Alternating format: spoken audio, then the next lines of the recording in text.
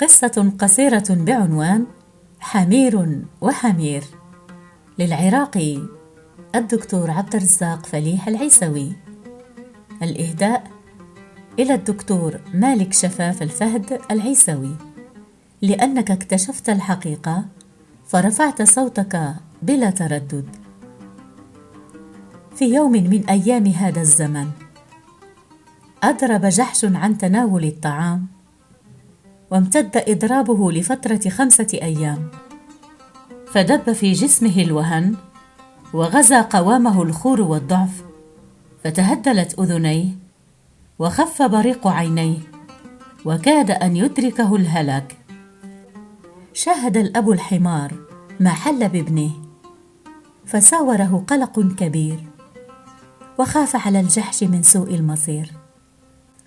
وبحزن وعطف اتخذ الأب الحمار القرار، فانفرد بابنه الجحش يلاطفه ويبتسم له ويحاكيه، ثم راح يخاطبه ويواسيه: إيه يا ولدي، وفلدة كبدي، يا ثمرة فؤادي، وسليل آبائي وأجدادي، لماذا أضربت عن تناول الطعام؟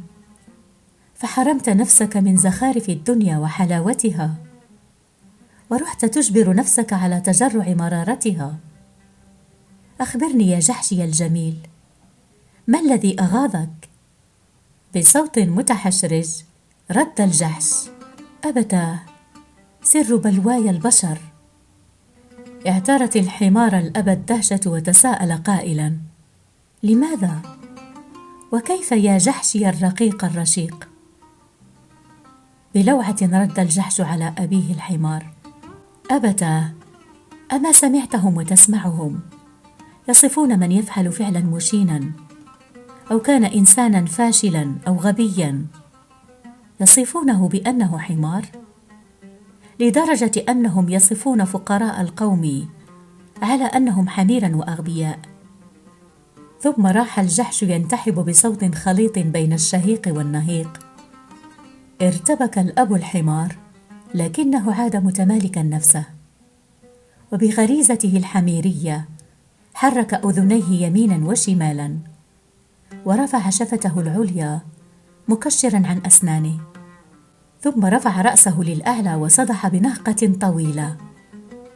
صمت قليلا، بعد ذلك خاطب ابنه الجحش قائلا: يقولون ما يقولون، دعهم يقولون، فيكفينا فخرا أننا لم نرتشي ولا نقتل ولا نغتاب ولا نسلب حق الناس الفقراء، ولا نقطع عنهم الماء والكهرباء، ولا نخدرهم بخطب رنانة عصماء، كلها وعود جوفاء.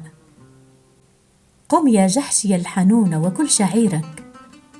اقتنع الجحش بكلام أبيه الحمار، ثم نهض وراح يأكل شعيره.